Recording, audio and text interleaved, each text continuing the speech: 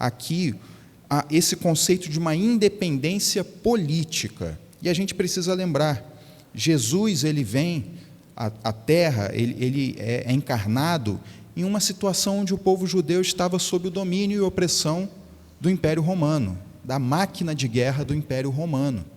E essa palavra, ela significava também, para as pessoas ali da época, não somente um livramento do corpo físico, da saúde, de você deixar de sofrer os males ali de um grande perigo, mas tinha também essa questão de você se livrar de um poder opressor, de um poder político, de um poder realmente mundano, especificamente aqui de alguém que veio de fora e conquistou o seu povo. Salvação, meus irmãos, a palavra, não estamos falando aqui do conceito bíblico doutrinário ainda, a palavra tem todos esses significados dentro aqui do contexto do Antigo e do Novo Testamento. E esse conhecimento do que significa a palavra salvação nos ajuda a organizar os pensamentos, as ideias e entender realmente, à luz dos nossos símbolos de fé, que nós entendemos como interpretações fiéis das Escrituras Sagradas, o que é agora não mais a palavra, mas o conceito, a doutrina mesmo da salvação, propriamente dita. E a gente já falou, salvamento de quê? Salvamento por qual motivo? E salvamento efetuado por quem? Antes da gente falar da visão geral da nossa identidade presbiteriana, vamos falar o que não é salvação, tá? Para quem está com o material impresso aqui, é o nosso terceiro parágrafo. Não somos salvos de pobreza e miséria, como pregam os teólogos da prosperidade. Salvação não é salvar de pobreza e miséria. O conceito bíblico, doutrinário, segundo a identidade presbiteriana, não é salvação da pobreza e da miséria. Essa é uma visão, como já falamos, de teologia da prosperidade e outros tantos, claro. Outro ponto aqui, não somos salvos da lei, como pregam liberais e antinomistas. Esse é um nome aqui complicado para mostrar a pessoa, para definir a pessoa que acha que a lei do Senhor, especificamente lá o Antigo Testamento, já não tem mais validade. Então cria-se uma ideia de que você está sendo salvo ali da prisão da lei. Mas não é essa a visão. A gente vai se aprofundar aqui um pouquinho nisso, mas nós somos salvos, sim, da condenação da lei, mas a lei continua valendo. Ela precisa ser cumprida. E nós não somos capazes de cumprir. Sabemos, somos todos cristãos, pela graça do Senhor, que Ele cumpriu em nosso favor. Então, existe a necessidade da lei ainda. Essa é uma visão errada. Não somos salvos da lei. Outro ponto aqui, não somos salvos de doenças, como basta a gente, passar um tempinho aqui e a gente sabe, o crente ele não é salvo de doenças. Acabou, minha irmã. Não temos mais, não. Temos a doação generosa da Jeane aqui. Não somos salvos de doenças. O cristão fica doente. Basta a gente viver um tempinho e a gente percebe. Essa é uma visão de teologias como a teologia da confissão positiva, que você declara as coisas e fica na expectativa de que, se você tiver fé suficiente, elas vão acontecer, se materializar na sua vida. Não somos salvos ainda da opressão dos poderes mundanos, como esperavam ali os judeus e algumas vertentes aí, como teologia da libertação, mais modernas. A salvação pela palavra de Deus, o nosso entendimento não é esse de que é contra a pobreza, contra a salvação, contra a lei, contra doenças, contra poderes mundanos, Agora, falando do motivo, da razão, nós não somos salvos, meus irmãos, porque nós obedecemos à lei. Essa é uma visão legalista. Nós devemos obedecer à lei? Claro, absolutamente, mas não é isso que nos salva. É uma distinção que às vezes fica ali nos detalhes, mas são aqueles detalhes que fazem toda a diferença. Outra questão com relação ao motivo, à razão. Nós não somos salvos porque temos algum tipo de qualidade superior, como pregam muitas vezes algumas vertentes que negam a graça de Deus. Nós não somos salvos por causa da família onde nós nascemos, por causa do status social que nós temos, das riquezas que nós acumulamos. Nós não somos salvos pelos nossos próprios méritos, por aquilo que nós somos, por aquilo que é da nossa personalidade, sei lá. Somos salvos, já está bem claro aqui, pela graça do Senhor. Não podemos negar a ação soberana de Deus e a ação graciosa do Senhor. E agora aqui da questão do agente da salvação. Não somos salvos pelas obras de líderes religiosos e nem pelas nossas próprias atitudes, como já mencionamos, como pregam líderes religiosos sectários e hereges. Sectário é o sujeito que cria ali o grupinho fechado. Ninguém é santo, ninguém é correto, ninguém é justo, só eu e os meus que estão aqui comigo. Não somos também como essas lideranças hereges que o sujeito se coloca como o próprio agente da salvação. Fora da igreja dele, fora da pregação dele, do ensinamento dele, não existe salvação. Rejeitamos todos esses erros aqui, tá bem, meus irmãos? E agora, apresentados esses erros, falamos aqui conforme a nossa confissão de fé, o documento que simboliza a nossa interpretação das Escrituras, Confissão de Fé de Westminster. Está lá no capítulo de número 7, é a seção de número 3. Não estamos aqui com o texto literal, somente aqui apresentando o conteúdo da nossa confissão. Somos salvos do pecado que cometemos. Esse é o objeto, de que nós estamos sendo salvos, da situação de que nós estamos sendo salvos. Estamos sendo salvos do nosso próprio pecado, que nós cometemos, que é nossa culpa. E esse pecado, no pacto das obras, nos condenou à morte. Então, essa é a razão, esse é o motivo. O nosso pecado nos condenou à morte, é por isso que a gente precisa de salvação. Não é porque nós estamos com a possibilidade de pobreza, de doença, de sofrer ali nas mãos de um exército estrangeiro, opressor. Não, a questão da salvação ela é muito mais profunda. É do coração humano pecaminoso que está condenando o nosso ser à morte. Porque o pacto das obras é isso. Obedeça ou, se você... Não é o que o Senhor disse a Adão? No dia que você comer desse fruto, certamente você vai morrer. Nós estamos condenados ali no pacto das obras. Estamos vivos aqui, Adão continuou vivo ainda durante alguns anos, simplesmente pela graça do Senhor. Falamos do motivo, falamos do quê? Falamos do motivo, da razão, e agora em quem? Por isso, Deus estabelece o pacto da graça e nos oferece gratuitamente, de graça, em Jesus, que é o agente da nossa salvação, vida e salvação.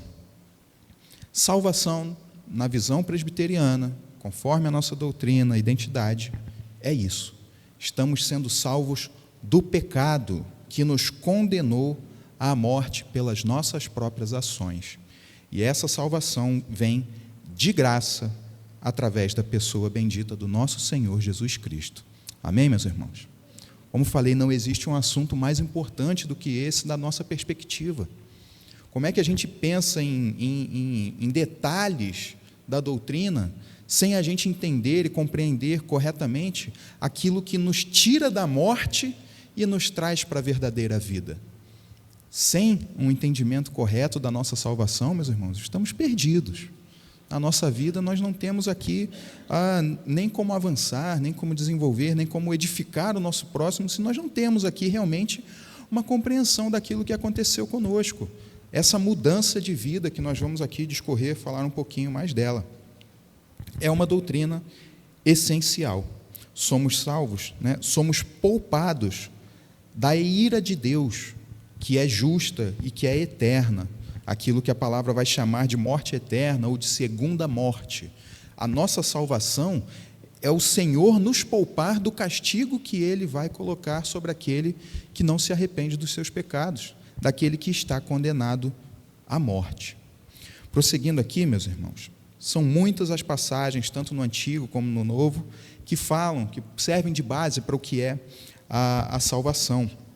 E aí o texto de Efésios, capítulo 2, versículo 8, é o texto que a gente sempre se lembra, eu tenho certeza aí que é do conhecimento de muitos, de cor, porque pela graça sois salvos, mediante a fé, e isto não vem de vós, é dom de Deus.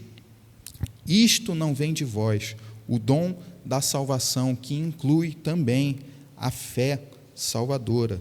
Tudo isso, meus irmãos, é dom de Deus. Esse é o texto aí, se a gente pudesse falar do texto-chave para falar de salvação, provavelmente muitos escolheriam esse, porque é onde Paulo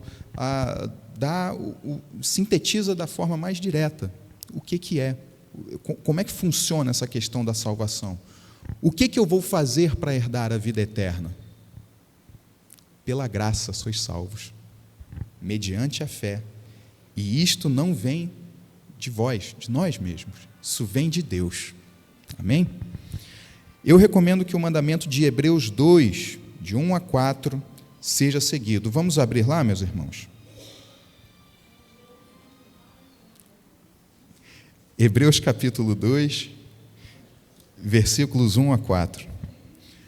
Aproveitando essa pausa, meus irmãos, se os irmãos tiverem alguma questão, algum comentário, alguma correção, alguma sugestão, alguma dúvida, por favor, podem me interromper. Eu sei que eu falo muito, eu sei que às vezes eu emendo um assunto no outro, mas, por favor, podem falar, podem comentar, não se sintam acanhados de forma alguma, tá bem? Podemos ler todos juntos, Hebreus 2, do 1 ao 4? Assim diz a palavra do Senhor: por esta razão, importa que nos apeguemos com mais firmeza às verdades ouvidas, para que delas jamais nos desviemos. Se, pois, se tornou firme a palavra falada por meio de anjos, e toda transgressão ou desobediência recebeu justo castigo, como escaparemos nós, se negligenciarmos tão grande salvação, a qual, tendo sido anunciada inicialmente pelo Senhor, foi-nos depois confirmada pelos que a ouviram, dando Deus testemunho juntamente com eles, por sinais, prodígios e vários milagres, e por distribuições do Espírito Santo, segundo a sua vontade. Alguns pontos que eu queria destacar aqui. Versículo 1, devemos nos apegar às verdades que foram ouvidas, as verdades que nós ouvimos da pregação fiel do Evangelho, as verdades reveladas na palavra do Senhor, para nós não nos desviarmos. Apegue-se à verdade revelada a respeito, especificamente aqui, da salvação, essa doutrina tão importante para a nossa vida, sem nós nos desviarmos e também não caindo no erro da pergunta que ele faz aqui no versículo 3, que é: como é que você vai escapar se negligenciar uma salvação tão grande? Essa mensagem do Evangelho que traz essa mensagem tão grande em si, que é a salvação do ser humano. A mensagem mais importante das nossas vidas, meus irmãos, não pode ser negligenciada. E aqui, para a gente já colocar ali, a gente poderia dizer assim, no centro do nosso argumento, da nossa apresentação sobre a salvação, o texto que vai servir aqui para a gente se apegar nas verdades reveladas, pregadas, para a gente caminhar nesse sentido de não negligenciar essa tão grande salvação, o texto é o que está registrado aqui, palavras do apóstolo Paulo em Romanos, capítulo 8, tá bom? Eu vou fazer a leitura aqui, eu peço aos irmãos que acompanhem com bastante atenção, vou fazer alguns breves comentários, tá bem? Romanos 8, 29 e 30. Porquanto aos que de antemão conheceu, e aqui prestemos atenção, conhecer não é a mesma coisa que descobrir. Isso é importante. Conhecer não é a mesma coisa que descobrir. O Senhor não descobriu aqueles que Ele ia predestinar. O Senhor conhece, o Senhor tem conhecimento, o Senhor sabe. Aos que de antemão conheceu, também os predestinou para quê? Para serem conformes à imagem de seu Filho. Quem trabalha com a parte de técnico em mecânica, esqueci o nome, eletromecânica, o pessoal que trabalha naquela parte ali, que pega uma chapa de aço e passa ali, faz os processos todos, e aí quando chega lá no final, tem um produto pronto. Aquilo, obviamente, um dos processos que estão sendo feitos ali é a conformação.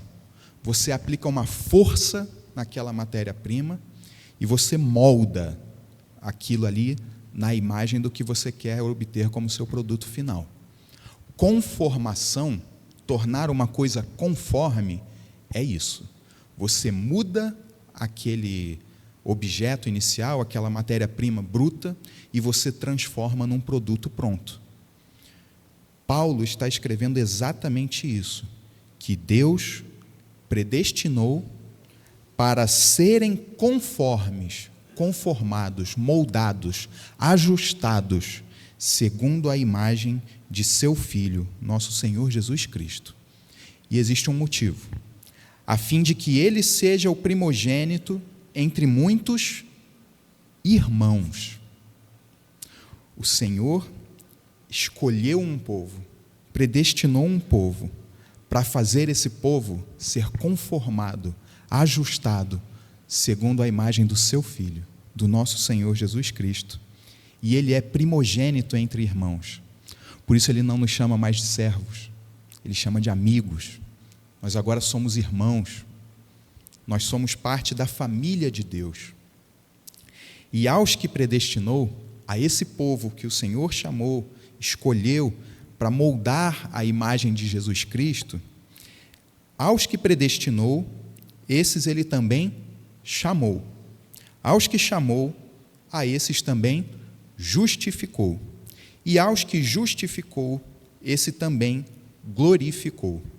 Vimos aqui 4 etapas daquilo que os teólogos chamam de ordo salutis, a ordem da salvação, que é, meus irmãos, uma sucessão, é uma tentativa de sistematizar de uma forma lógica aquilo que as Escrituras declaram que acontece na vida humana, do momento do início ao fim, na sua salvação.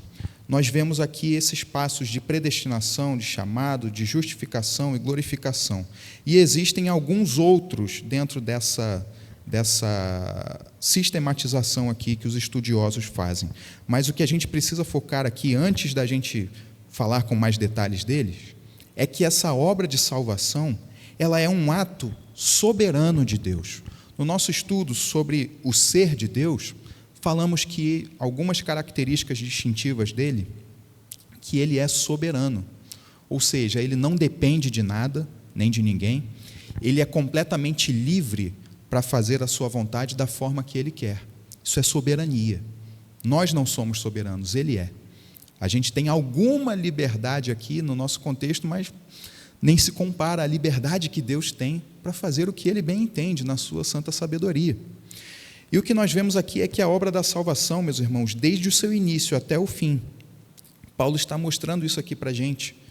Aqueles que o Senhor conhece, sabe quem são, ele predestinou, ele decidiu, ele decretou que vão fazer parte desse processo aqui de conformação à imagem de Jesus Cristo, para que lá, nessa glorificação, ele tenha um povo de pessoas transformadas. Seremos aqui completamente transformados e feitos à imagem do Senhor Jesus Cristo. A salvação é para isso. Não é para a gente ter uma vida aqui na terra sem passar por dificuldade de pobreza, de doença.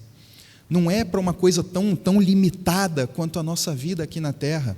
É para a gente ter uma eternidade em que nós vamos viver como semelhantes aqui, como conformados à imagem de Jesus Cristo. Não seremos deuses de forma alguma, mas seremos moldados à imagem do Senhor Jesus Cristo e seremos livres do pecado.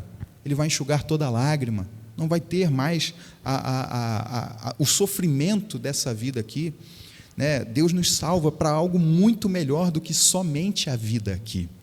E isso acontece, como falamos, de uma forma lógica, com uma sucessão de ações.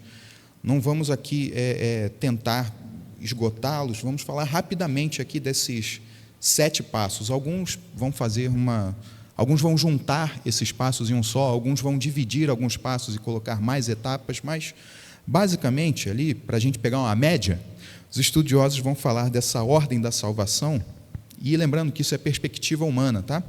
O primeiro ponto é o chamado do Evangelho. E aqui a gente precisa entender.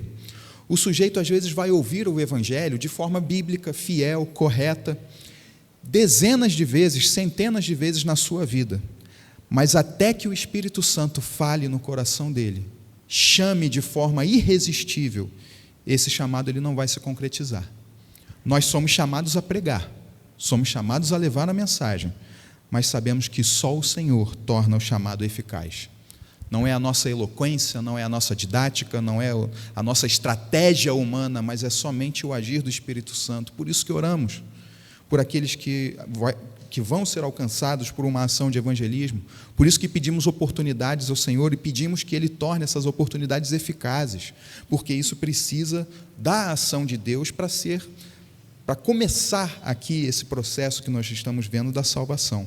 Somente o Espírito Santo de Deus torna o chamado ao Evangelho eficaz.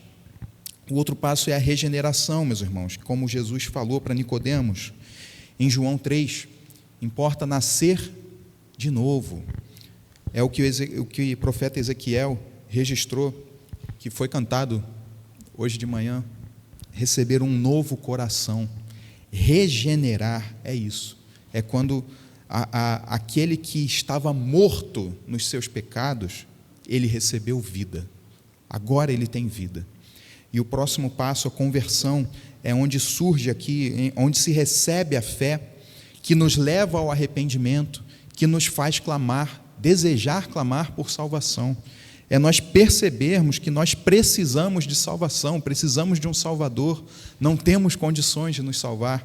A conversão, que Pedro também, além de Paulo, fala muito sobre o assunto, é isso, é essa mudança de perspectiva, de mente, é o entendimento de que agora habita no meu ser, e eu falo, eu preciso de um Salvador. Passo seguinte, da justificação, meus irmãos, que é muito importante, não pode ser confundido com os outros, mas é essencial. Justificação, o que significa? Para o Marcelo, que estava ali ajustando o nosso slide, pode ser fazer uma formatação um pouquinho diferente. Justificar, né? Você alinha tudo ali no lugar certo. Mas justificação é tornar justo. Justificados, nós estamos recebendo a justiça do Senhor Jesus Cristo sobre nós, estamos colocando a nossa culpa sobre Ele. Ele viveu uma vida inteira de obediência, sem transgredir um único ponto da lei, para o sacrifício dele ser eficaz e justificar tantos quantos crerem nele para a sua salvação. Percebe que existe aqui uma sucessão lógica nos pontos? O chamado, primeiramente, né? Deus ali tocar no coração, essa criatura ser regenerada, nascer de novo, mudar de mente, ser convertida e agora é tornada justa. Existe agora aqui o escrito da dívida que foi pregado ali, foi encravado sobre a cruz, não recai mais sobre nós, a dívida não é nossa, nós estamos justificados, somos justos diante de Deus, porque o nosso castigo já foi levado ali na cruz do Calvário, a nossa dívida o Senhor já levou, e graças a Deus por isso, porque a gente não tem condição de pagar. Os homens mais ricos do mundo aí poderiam juntar sua fortuna e não conseguiriam comprar a salvação de um único ser humano. Essa graça somente pode vir do Senhor Jesus, por isso que falamos que é um ato soberano de Deus sobre o ser humano. E aqui, meus irmãos, vemos o quinto ponto, que é a adoção, que já mencionamos. Temos paz com Deus e somos chamados a fazer parte da sua família, somos adotados na família de Deus. E todos esses passos que vimos aqui até agora, não existe um momento em que a gente fala, olha, o sujeito agora ele está regenerado, mas ainda não está convertido. E nem faz, na realidade, tanto sentido a gente ficar procurando saber onde que nós estamos dentro desse processo.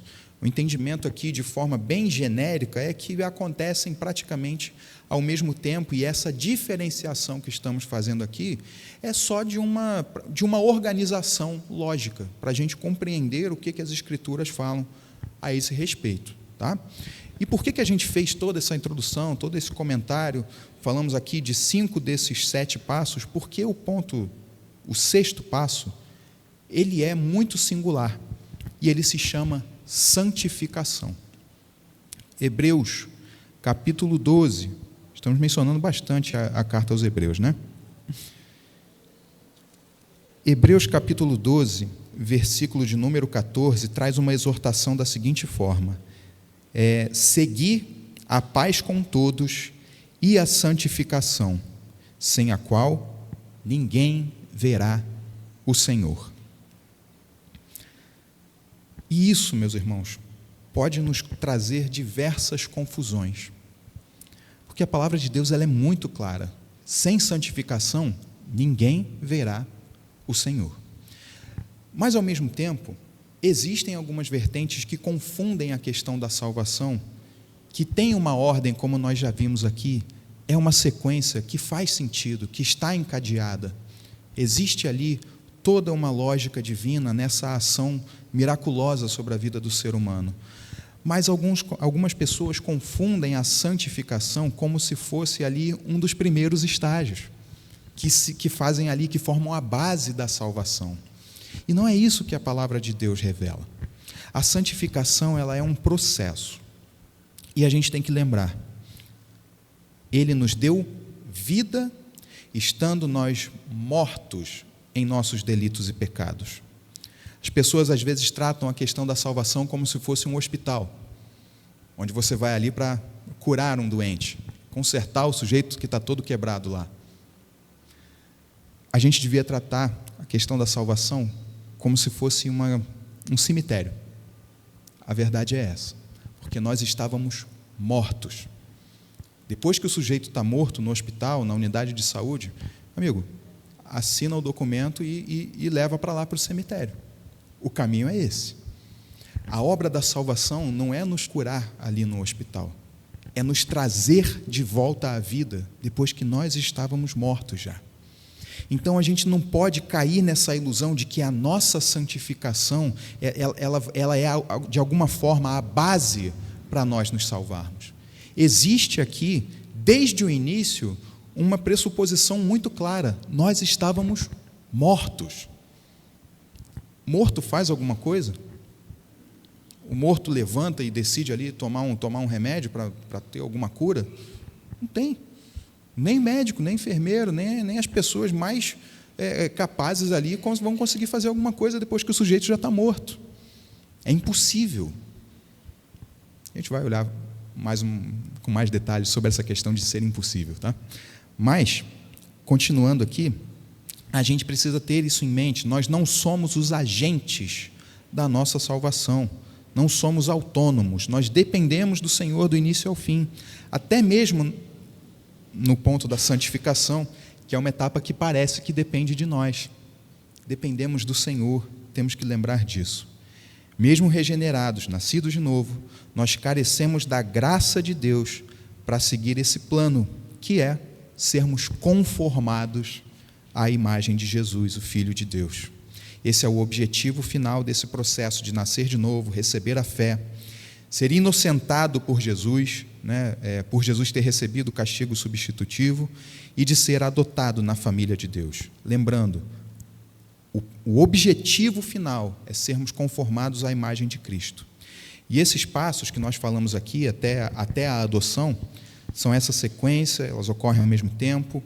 E o passo de santificação é um processo, e é um processo, meus irmãos, que eu até escrevi aqui, nem sei se isso é uma palavra que existe de verdade, se for o caso me perdoem, mas eu botei incompletável, não sei se é assim que se fala, mas é impossível da gente completar. Conseguiremos ser perfeitamente santos na nossa vida? Acho que a Dona Maria Brilhante, que é a mulher mais santa que eu já vi na vida, nem ela era perfeitamente santa, né, meu presbítero? a gente não vai completar esse processo aqui, mas nós devemos avançar nesse processo na nossa vida. E o Senhor nos chama e nos guia nesse processo dia após dia. A partir do momento que nós recebemos as bênçãos aqui dessa ordem da salvação até a justificação, é inaugurado na nossa vida esse novo estágio desse processo chamado de santificação. E ele vai tomar todo o resto da nossa vida aqui na terra, seja ela curta ou seja ela aí de décadas e décadas ainda. Estaremos sempre vivendo esse processo na nossa vida aqui, enquanto a morte não chegar ou enquanto o nosso Senhor não retornar. E ainda que Paulo não tenha falado sobre santificação, fica muito claro aqui, em toda a palavra de Deus, que esse é o caminho, como já lemos aqui da carta aos Hebreus: sem santificação ninguém verá o Senhor. Esse é o caminho para chegar naquele objetivo da salvação, de um povo conformado à imagem de Jesus Cristo. E a partir do momento que nós somos chamados, regenerados, convertidos, justificados, adotados, a nossa confissão de fé, ela vai falar no capítulo 13, que nós somos santificados real e pessoalmente, ou seja, de forma verdadeira e de forma individual, pela virtude da morte e ressurreição de Cristo, por sua palavra e pelo seu Espírito. A morte e a ressurreição de Jesus, a pregação, meus irmãos, a morte e a ressurreição de Jesus, a pregação da palavra, o anúncio fiel das Escrituras, e o agir do Espírito Santo é o que nos santifica, é o que nos faz avançar nesse processo em que estamos nos tornando mais e mais parecidos com o Senhor. E é somente nesse estado, isso é uma coisa muito importante também, que nós deixamos de viver debaixo do domínio do pecado. A ordem da salvação, ela inaugura esse momento em que nós não somos mais escravos do pecado, dominados aí debaixo do império das trevas. Nós passamos a poder fazer as boas obras, que são assunto da nossa pastoral desse domingo, inclusive. Nós só podemos fazer boas obras que agradam a Deus verdadeiramente a partir desse momento, quando nós estamos vivendo nesse estado de santificação, que é o que nos permite mortificar o pecado e vivificar o Espírito. E é interessante a gente pensar como a sabedoria de Deus age, porque Ele faz uma obra soberana nas nossas vidas, Ele nos resgata da morte, Ele nos traz para a vida, Ele cumpre todos esses passos em nós aqui pelo seu Espírito Santo, e aqui no momento da santificação, nós estamos essencialmente passando aí, é uma declaração de guerra que é feita, e nós estamos vivendo. É uma guerra contra a nossa carne, é uma guerra em que nós precisamos a cada dia mortificar o pecado, vivificar o Espírito, buscarmos nos encher mais do Senhor, para que Ele nos encha, para que a gente possa transbordar, para que nós vivamos uma vida agradável a Ele, uma vida justa, uma vida santa. Sem santidade, sem santificação, não veremos o Senhor. E aí a gente precisa tomar esse cuidado. Eu falei que era um ponto aqui, um tanto quanto preocupante em alguns sentidos. A gente precisa tomar cuidado justamente com essa questão de boas obras, que eu já mencionei aqui. E isso está lá no capítulo 16 da nossa confissão de fé, os irmãos verifiquem depois. As obras de Deus, essas obras boas, elas são aquelas que Deus ordena na sua palavra. E elas funcionam como evidências de uma fé genuína. E aí a gente precisa ter cuidado com isso. Evidência. Evidência não é alguma coisa que é uma prova que vai bater o martelo e assim falar absolutamente, o sujeito fez uma coisa boa, isso daí é de Deus, isso daí é salvo. Não vamos entrar no mérito agora, mas existe algo chamado graça comum. A chuva que cai sobre os justos, cai sobre os ímpios também. A bondade que os justos fazem, apesar da sua carne, ela acontece, ela se manifesta, mas às vezes acontece até na vida do ímpio também. Porém, o ímpio, ele não está fazendo uma boa obra, por mais que a ação aos nossos olhos pareça boa, o ímpio não faz boas obras diante de Deus, porque o Senhor somente aceita obras que vêm de um coração transformado, um coração regenerado, que nasceu de novo de fato. A gente precisa ter essa distinção aqui. Por isso que as boas obras, elas são uma evidência, elas não são ali a sentença definitiva. As boas obras, meus irmãos, quando feitas corretamente, pelos agentes corretos, pelos motivos corretos, conforme a ordenação de Deus na palavra, elas edificam os crentes, elas dão testemunho do Evangelho e elas glorificam a Deus. Elas não servem para a gente simplesmente fazer alguma coisinha aqui e acabou. Elas não servem para a gente se colocar acima dos outros e se elevar numa posição. Não, servem para glorificar a Deus, servem para crescer, para edificar, para ajudar, sustentar, suportar o meu irmão e a minha irmã. As boas obras, o poder de realizar essas boas obras provém somente do Espírito Santo.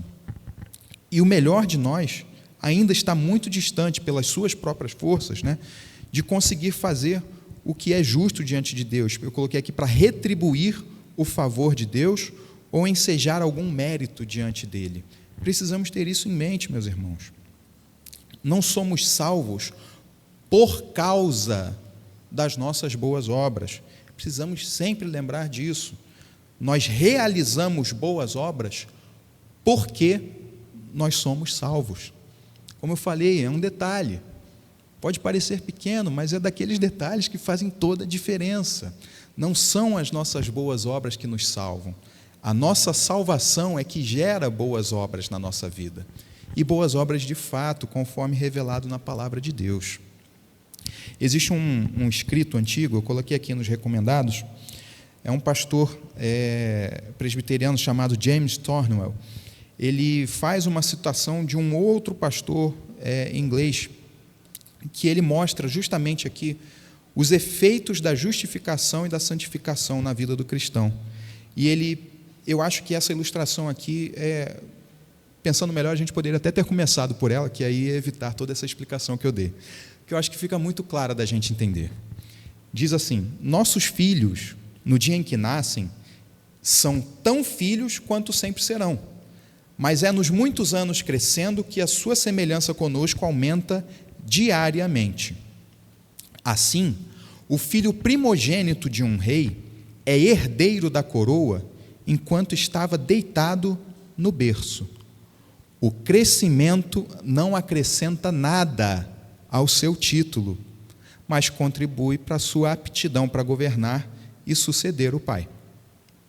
Nosso direito ao céu não entra pela porta de nossa santificação, mas pela de nossa justificação.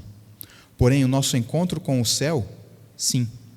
Pela justiça de Cristo estando sobre nós, temos direito à herança, e pela imagem de Cristo, sendo atraída sobre nós, temos nossa satisfação.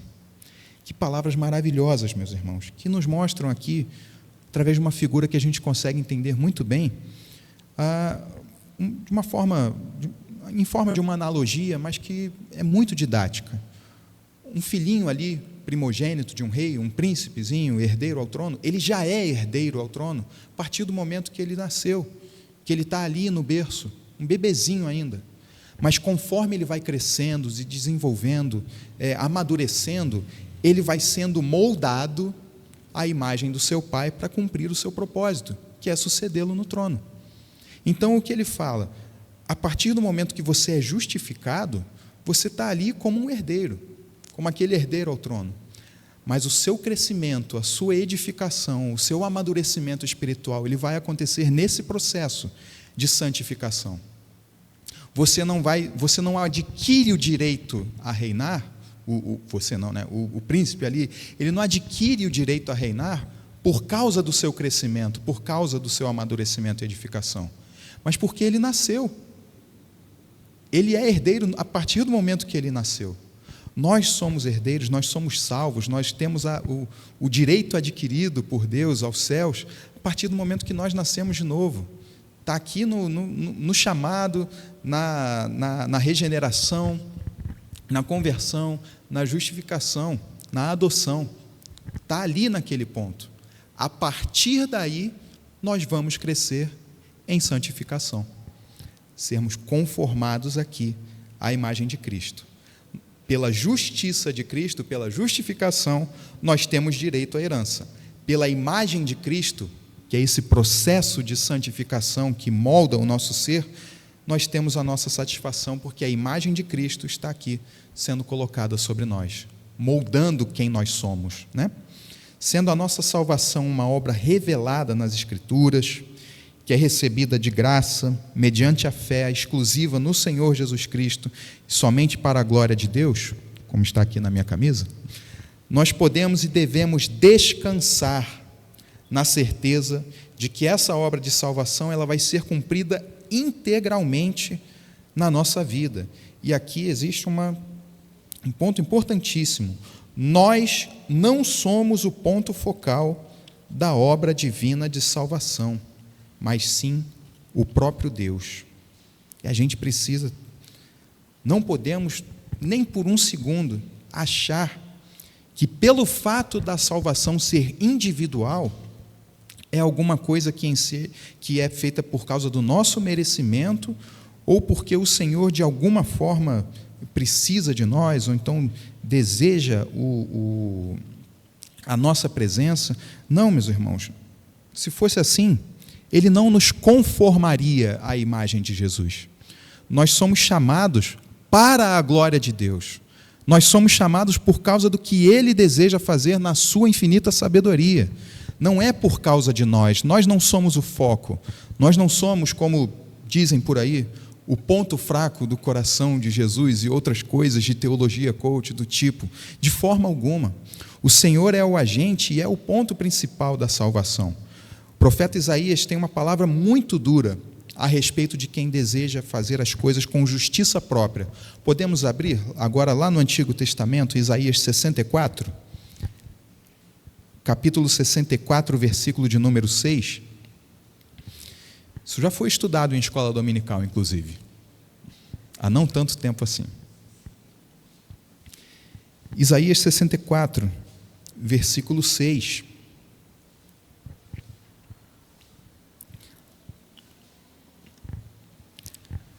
Diz assim a palavra do Senhor: mas todos nós somos como o imundo. Perceba aqui, e todas as nossas justiças como o trapo da imundícia. Todos nós murchamos como a folha, e as nossas iniquidades, como um vento, nos arrebatam. Perceba que o autor sagrado, profeta Isaías, ele escreve que as nossas justiças.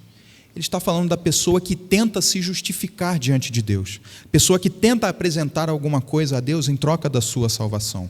A pessoa que, em vez de confiar nos méritos do próprio Deus, na pessoa de Jesus Cristo, tenta trocar, barganhar com Ele pela sua salvação.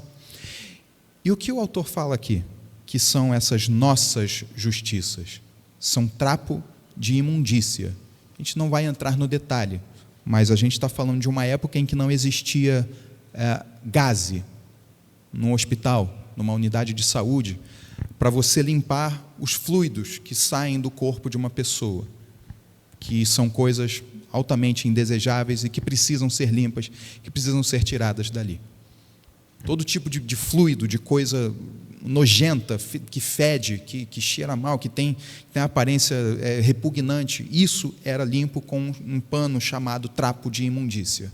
O autor fala que a nossa justiça, tentar oferecer alguma coisa do seu próprio mérito, da sua própria justiça a Deus, equivale a você oferecer aqui um trapo de imundícia, uma sujeira de pus, de sangue, de fezes, de urina, de todo tipo de coisa repugnante do ser humano. Nós não conseguimos oferecer nada. Nós não somos o ponto focal da salvação. Creio que foi Jonathan Edwards que falou que nós não contribuímos com nada para a nossa salvação, senão com o pecado que tornou ela necessária, em primeiro lugar. Por isso que a obra é de Deus. Ele é o ponto focal da salvação. Nós somos participantes aqui porque Ele está nos resgatando, Ele está nos moldando e Ele está chamando um povo para si mesmo. Não é sobre nós, é sobre o Senhor. E Ele é o Deus que é perfeitamente santo, é fiel e é totalmente poderoso para cumprir a boa obra que começou em nós. Filipenses capítulo 1, versículo 6. Que é poderoso e fiel para nos guardar de cair. Epístola de Judas, versículos 24 e 25. A nossa salvação, meus irmãos, nós declaramos aqui, com firmeza, com certeza, de forma clara e cristalina, que se a nossa salvação é uma obra de Deus, não viveremos com medo e nem ansiosos quanto à eternidade, por causa da chamada perseverança dos santos. Isso é a garantia de que o Senhor vai nos guardar na nossa vida de santificação até o dia da nossa partida para a glória. E é o próprio Senhor Jesus que nos garante isso no Evangelho, conforme escreveu João, capítulo 10, versículo 28. Eu lhes dou a vida eterna, jamais perecerão, e ninguém as arrebatará da minha mão. Ele está falando das ovelhas que ouvem a voz do bom pastor, que é Ele mesmo. Ninguém pode nos arrebatar da mão do nosso bom pastor, porque a obra da salvação não depende do nosso esforço. A obra da salvação não recebe interferência externa. A obra da salvação é uma obra soberana dele na nossa vida. E nenhuma única ovelha vai se perder. Ele é poderoso para chamar e para nos guardar até o fim dessa obra de salvação que Ele faz em nós. Somente o exercício da fé, meus irmãos, da mesma forma que o exercício físico cuida do nosso corpo, somente o exercício da fé pode fortalecer o nosso coração nessas certezas, eternas, nessa garantia que o Senhor nos dá através do seu Espírito. E isso ocorre conforme a nossa confissão de fé, capítulos ali 14, 18 e diversas passagens das Escrituras. Isso só pode ocorrer essencialmente através do ministério da palavra, de nós ouvirmos com atenção a pregação fiel do Evangelho, a exposição da palavra de Deus, através da participação digna, justa, correta nos sacramentos, que são aí assunto do nosso próximo encontro, semana que vem, e através da oração, meus irmãos, que é onde nós estamos aqui em contato, entrando ali em contato espiritualmente com o nosso Senhor. Somente esses exercícios, essas disciplinas vão nos fortalecer para que nós tenhamos aí as nossas certezas cada dia mais fortificadas aí na nossa mente a respeito dessa obra, que é uma obra soberana, guiada pelo próprio Senhor. A resposta presbiteriana, meus irmãos, só fazendo aqui um parêntese rapidamente, não vamos entrar aqui, os irmãos já devem ter percebido, estamos chegando ao final, não vamos entrar na controvérsia calvinismo e arminianismo. O nosso foco aqui seria mais no que é monergismo em vez de sinergismo. Monergismo é a obra da salvação é única, tem um único agente, que é o Senhor. Deus é o único agente. Nós não vamos entrar aqui nos detalhes da controvérsia hoje, então já fica ali reservado para os próximos capítulos, mas o nosso foco aqui é esse, mostrar que a salvação é uma obra exclusiva do Senhor. E a resposta presbiteriana para o jovem rico aqui, que nós lemos no início do nosso estudo, em Marcos 10, quando ele pergunta o que ele vai fazer para poder herdar a vida eterna, está aqui no nosso último parágrafo, que é a mesma resposta de Simonton, o pioneiro do presbiterianismo no Brasil, John Knox, fundador escocês, os reformadores João Calvino, Martinho Lutero, os pais da igreja Tomás de Aquino, Agostinho de Hipona, a mesma resposta do apóstolo Paulo e é a mesma resposta do próprio Cristo, porque a nossa resposta é baseada na palavra de Deus e em mais nada.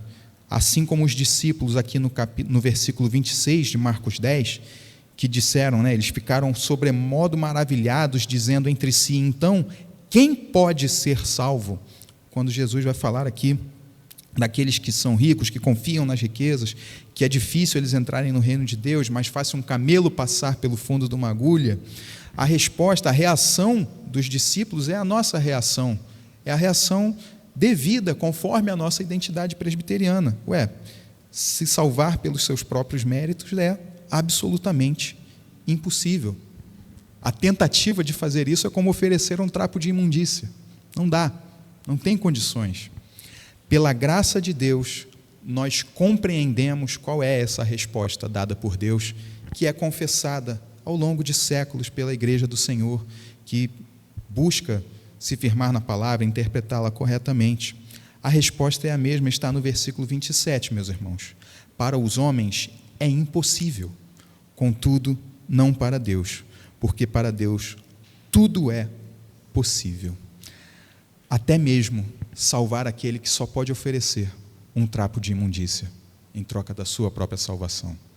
É uma obra soberana e o Senhor governa, dirige do início até o fim, que é a nossa glorificação, onde estaremos finalmente livres do pecado e em plena comunhão com o nosso Senhor, o nosso Salvador, aquele que nos criou e que nos comprou de novo pelo seu próprio sangue. Glórias a Ele eternamente por toda a sua bondade e misericórdia que se derramam sobre nós, meus irmãos. Amém? Temos alguma colocação, alguma dúvida, alguma sugestão, alguma correção? Eu sei que eu falo muito, meus irmãos, peço perdão. Orem por mim. E, se Deus quiser, no próximo domingo, às 17 horas, estaremos juntos estudando 2 ordens sagradas de Jesus para a igreja.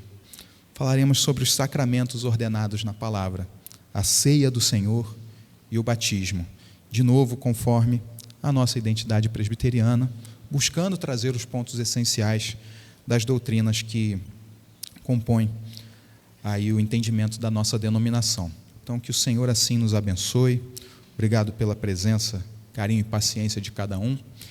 E que o Senhor nos abençoe nesse domingo em que comemoramos o dia da escola dominical. Foi bom ter lembrado disso, porque ali atrás nós temos as novas revistas, tá bom? Para a gente não esquecer de pegar ali junto com os nossos diáconos e estudar ao longo da semana, para que na semana que vem tenhamos um estudo aí bem proveitoso e eficaz da palavra. Minha irmã Luciana, irmã Zilma, pode falar, minha irmã, por favor.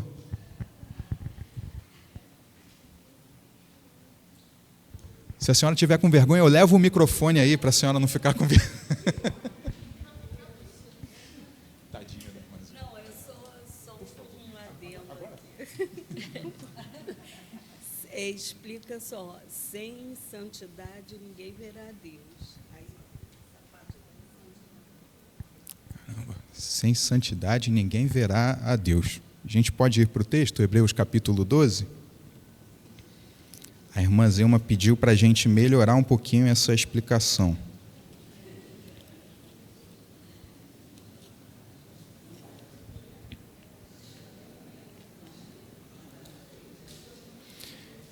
Esqueci a referência, gente. Hebreus capítulo 12, 14, né? É bom a gente lembrar o que o autor de Hebreus estava falando. Ele estava se dirigindo a pessoas ali dos tempos primitivos. Estava se dirigindo a convertidos, a recém-convertidos, a pessoas que ainda estavam presas nos rituais, na visão judaica, na ideia de que você precisa cumprir rituais, sacrifícios. E toda a carta aos Hebreus, ela vai mostrar, olha, aquilo que acontecia lá atrás é sombra das coisas que estavam por vir. O começo da carta aos Hebreus fala, olha, os nossos pais receberam a revelação dos profetas, mas agora, nesses dias, Deus falou ao seu povo através do Filho, através de Jesus Cristo.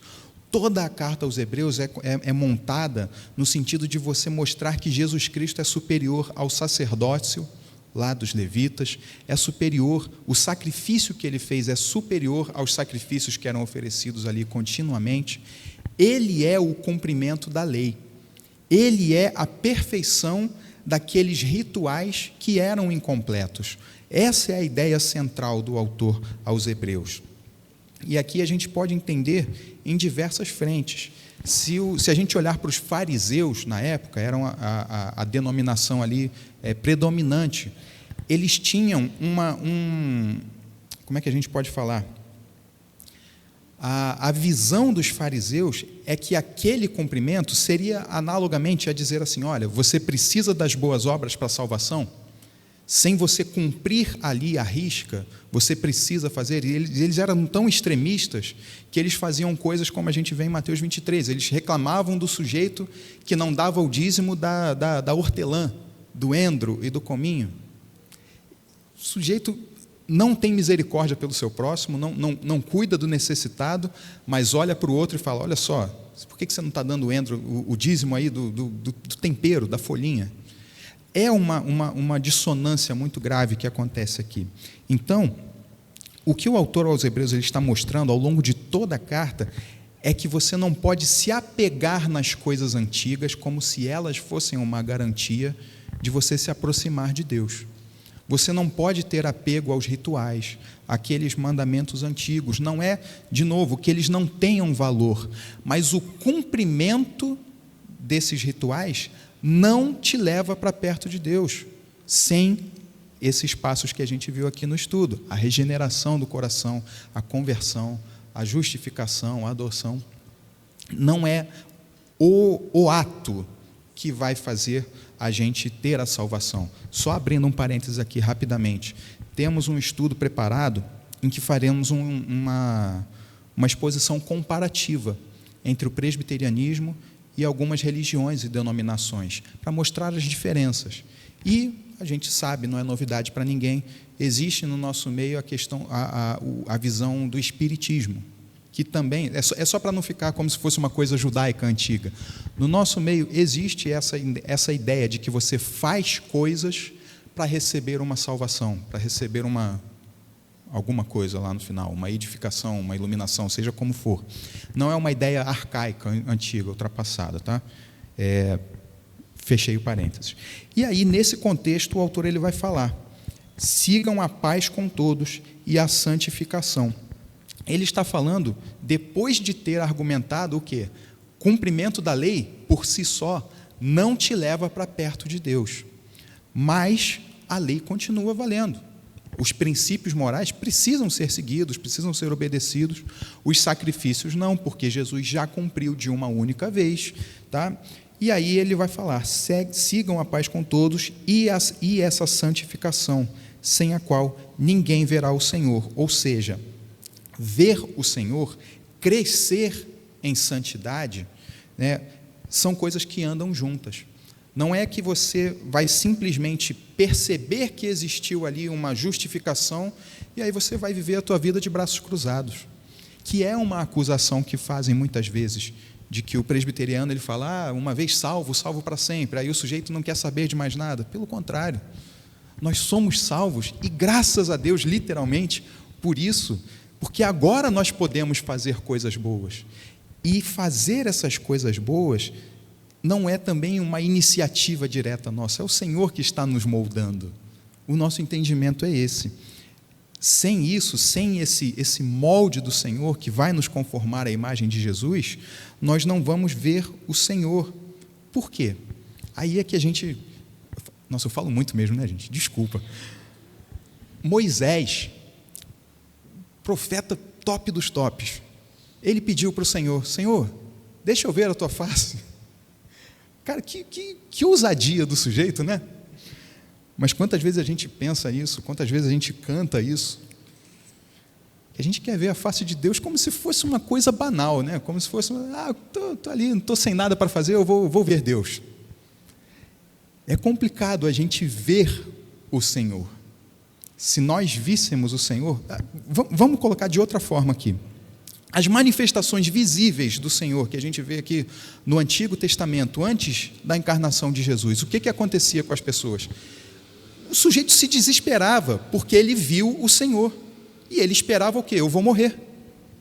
Isaías faz isso lá no capítulo 6, ele vê o Senhor, ele fala, ai de mim. Isaías era um sujeito de alta cultura, mas ele fala, ai de mim, porque eu sou impuro de lábios, eu não tenho como ficar diante do Senhor.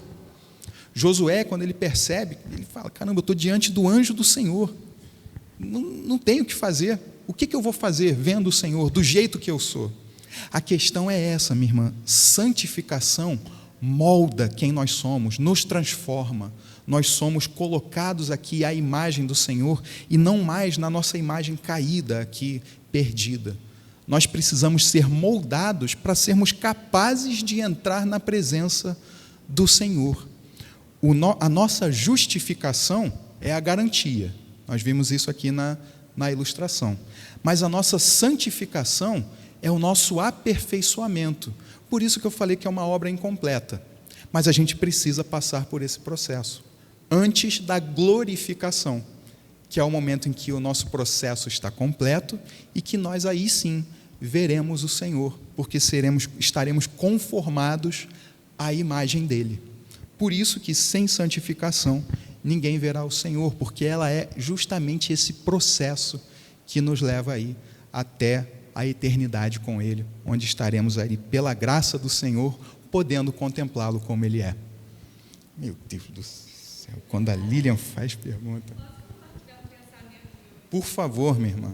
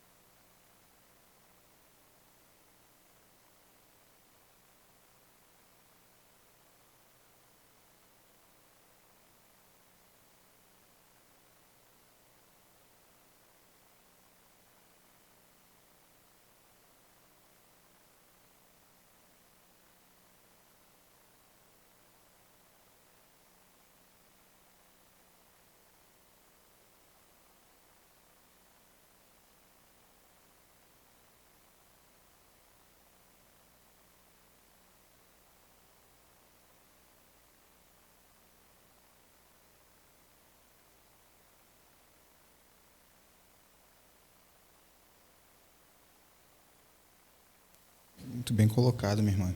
Perspectiva interessante. Jeane, vai.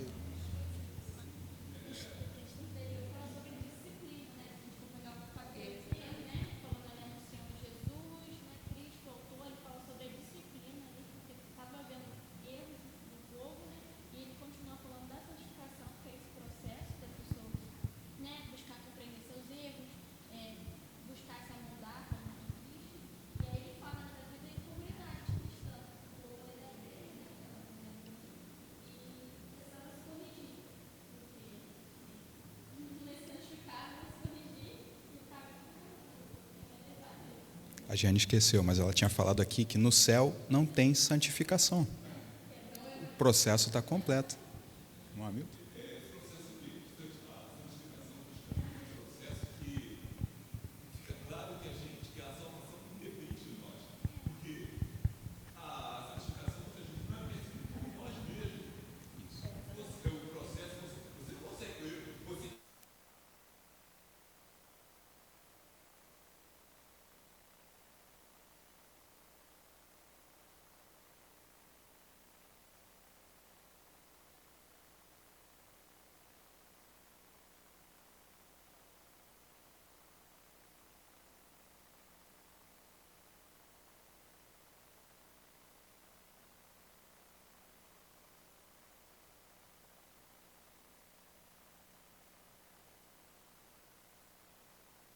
Tem uma ilustração que eu gosto muito, que fala de, mas não no contexto de santificação, é no contexto de você adquirir conhecimento, né?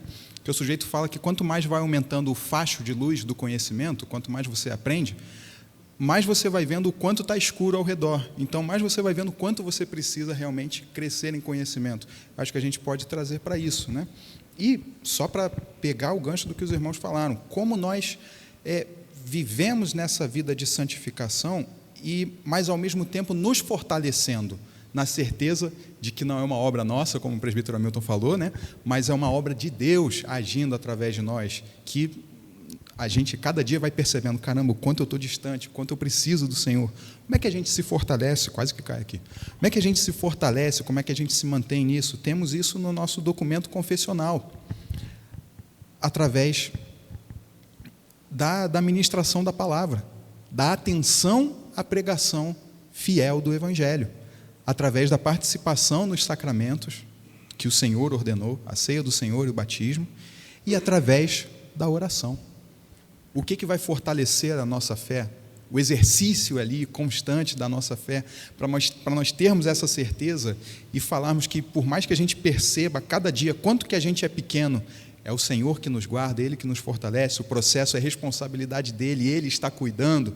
A gente vai ter cada vez mais certeza nisso através dessas ferramentas. Ouvir a palavra do Senhor, participar dos sacramentos com os nossos irmãos em comunidade e viver uma vida de oração. O Senhor deixou claro na sua palavra, a gente tem que agradecer a todos os dias para Ele por essa obra e buscar viver como os irmãos fizeram aí nas suas colocações. Eu só não perguntei, irmã Zilma, certinho? Temos alguma colocação, meus irmãos? Ou foi o... Perdão, eu não te vi, meu irmão. Fala.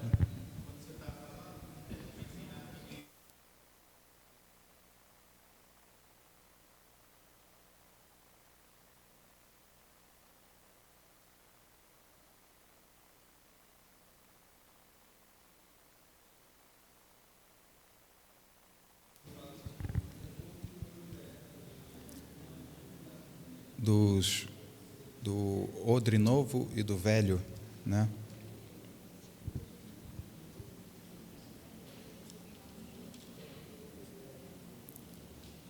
Eu não vou me arriscar a falar, porque eu sei como é que eu sou normalmente, eu confundo as coisas, vou falar que é o novo no velho, eu vou confundir um e no outro, e eu dormi pouco essa noite. Não se põe vinho novo em odres velhos. É essa a referência.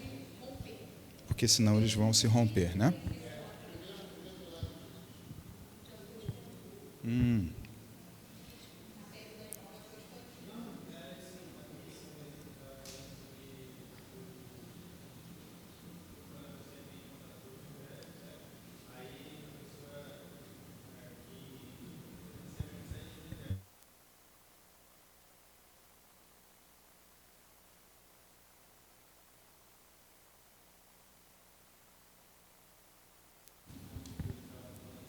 E aí vai progressivamente vai abandonando aquelas outras coisas, né? Paulo vai escrever também, eu não lembro a referência, mas aquele que roubava não roube mais, aqui, deixando cada um a mentira. É mudança prática, né? Zaqueu, exatamente. Zaqueu, ele restituiu. Isso é uma coisa que eu... Mateus 9:17. Não, peraí, pega o microfone aqui. Não, fala você. Mateus 9:17, é isso aí. Não se põe vinho novo em odres velhos, do contrário, rompem-se os odres, derrama-se o vinho, os odres se perdem, mas põe-se o vinho novo em odres novos e ambos se conservam. A gente precisa, e é justamente uma regeneração, obrigado, meu diácono, é uma regeneração prática. Né? Não é uma obra simplesmente teórica. A gente precisa realmente viver isso. E eu acho que é naquela ideia que a gente colocou o exemplo, né? Da conformação. E aí a palavra tem... isso é interessante, a gente tem diversos aspectos que apontam para a mesma verdade. A ideia é essa, é viver na prática, é fazer parte desse processo de uma forma não ativa no sentido de que a gente tem a iniciativa, porque isso vem de Deus, mas nós estamos realmente participando disso e precisamos nos empenhar, precisamos buscar, precisamos estar buscando esse fortalecimento. A gente sabe que a obra é dele, mas a gente faz aqui o que está ao nosso alcance, buscando e sempre reconhecendo isso, que a obra é do Senhor, apesar de nós, para a glória dele. Nosso irmão Diácono Juvino, acho que ele estava com um pouco de fome, então ele estava avisando que o horário já está avançado. Então, se algum irmão tiver mais alguma colocação para fazer, pode fazer, mas eu não me responsabilizo, aí tem que se entender com o Juvino. Vamos orar então, meus irmãos? Agradecer ao Senhor pelo dia, por esse estudo e seguir para os nossos lares. Senhor, nosso Deus e Pai, louvado seja o Teu nome, aceita a nossa adoração e a nossa gratidão ao Senhor pela Tua palavra que revela do Senhor mesmo para nós aquilo que precisamos saber a respeito do que é mais importante, Senhor, na nossa vida aqui, que é a salvação anunciada e pregada através do Teu Santo Evangelho, Senhor, que nos alcançou e que nos resgatou da morte para a vida, nos retirou das trevas, ó Pai, e nos levou para a Tua maravilhosa luz. Que os nossos corações estejam sempre gratos ao Senhor, sempre desejosos, ó Pai, de Te honrar, de Te glorificar, de Te agradecer por tamanha obra, por tamanho milagre que o Senhor realizou em nós, ó Pai. Muito obrigado. Nunca deixe, ó Pai, que o nosso coração perca a gratidão a Ti e o reconhecimento de que só o Senhor é digno de ser adorado, porque Tu és grande, Tu és glorioso, Tu és todo-poderoso, Tu és o Deus da nossa salvação, ó Pai. Sabendo que dependemos do Senhor, Te pedimos, leva-nos agora em paz para os nossos lares e nos dá, ó Pai, um domingo abençoado na Tua presença, para a Tua honra e para a Tua glória. É o desejo do Teu povo reunido aqui, no nome do Teu Filho Jesus, nosso amigo e Salvador. Amém, Pai.